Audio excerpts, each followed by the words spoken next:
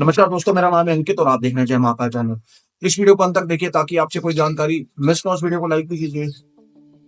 Independence of Balochistan बड़ी तेजी से ट्रेंड कर रहा है। पाकिस्तान के जितने भी हाई एम्बेसडर्स और कमिश्नर्स थे उनको भारत ने निकाल दिया।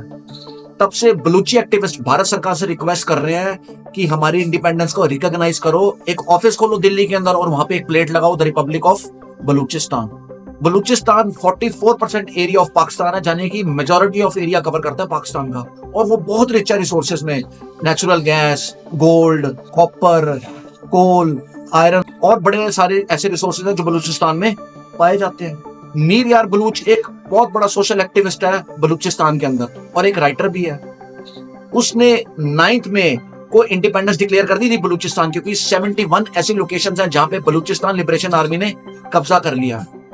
बार बार मीर यार बलोच भारतीय सरकार को यह रिक्वेस्ट कर रहा है बलूचिस्तान की एम्बेसी भारत में खोली जाए और हमें रिकॉग्नाइज किया जाए। बड़ी सारी पोस्ट भी शेयर की जा रही है बलूचिस्तान के द्वारा सोशल मीडिया के ऊपर। India and Baloch friendship can only dent and destroy the evil Pakistan. Our hearts beat together, Indian and Balochistan hearts beat for freedom. बलूचियों को पता है पाकिस्तान के साथ अगर हम रहेंगे ना हमारी इकोनॉमिकली ग्रोथ है, ना हम अपने रिसोर्सेज यूज कर सकते हैं, और हमारे ऊपर जुल्म है वो अलग है।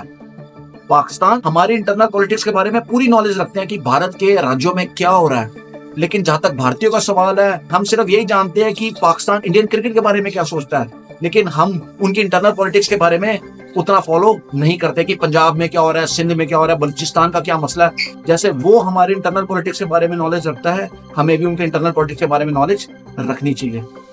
भारत के लिए बलूचिस्तान एम्बेसी खोलना इतना आसान नहीं है। बलूचिस्तान का अगर आप नक्शा देखोगे ना वर्ल्ड मैप के ऊपर तो बहुत बड़ा है। उसके अंदर ईरान का भी लैंड मास आता है और अफगानिस्तान का भी लैंड मास आता है। जैसे पंजाबी एक एथनिसिटी है ना, ऐसे बलूच भी एथनिसिटी है। पंजाबी हम इंडिया में भी और पाकिस्तान में भी, ऐसे बलूच ईरान, अफगानिस्तान और पाकिस्तान के अंदर है। तो यदि भारत एम्बेसी खोलता ना तो अफगानिस्तान और ईरान भी प्रोटेस्ट करेंगे कि भारत कहीं हमारे लैंड मास के बारे में तो नहीं बात कर रहा। इसीलिए बलूचिस्तान लिबरेशन आर्मी के जो फ्रीडम फाइटर्स हैं उनको पहले एक नक्शा ड्रॉ करना चाहिए और अपनी बाउंड्रीज को डिफाइन करना चाहिए। अफगानिस्तान और ईरान को उससे बाहर रखना चाहिए। मीर यार बलूच ने ये भी ट्वीट करते हुए यूनाइटेड नेशन प्लीज आप इंटरवीन करो और पीस को मेंटेन करो। अब यूनाइटेड नेशन ने तो दोस्तों आज तक कुछ किया ही नहीं। इजराइल और फलस्तीन के अंदर उन्होंने कौन सी जस्टिस किया, उन्होंने कौन सी लड़ाई रुकवा दी? वो तो एक फेल्ड ऑर्गेनाइजेशन है पिछले काफी सालों से। इंटरवीन वो करते हैं लेकिन उनसे होता कुछ नहीं। आज उनकी बॉडीज एक्टिव है गाजा के अंदर, लेकिन उन्होंने इजराइल का क्या कर लिया? United nation is under the influence of America. जो अमेरिका कहेगा वो पैसा करेंगे। अब अमेरिका तो ये कहता है ना कि बलूचिस्तान के जो फ्रीडम फाइटर्स हैं वो फ्रीडम फाइटर्स नहीं, वो टेररिस्ट हैं। तो अमेरिका तो कभी भी एक्सेप्ट करेगा ही नहीं बलूचिस्तान को एज इंडिपेंडेंट कंट्री। दूसरी ओर चाइना का भी इन्फ्लुएंस है यूनाइटेड नेशन के ऊपर, और चाइना तो कभी भी पाकिस्तान के खिलाफ जाएगा नहीं और वो चाहेगा नहीं बलूचिस्तान पाकिस्तान से अलग हो।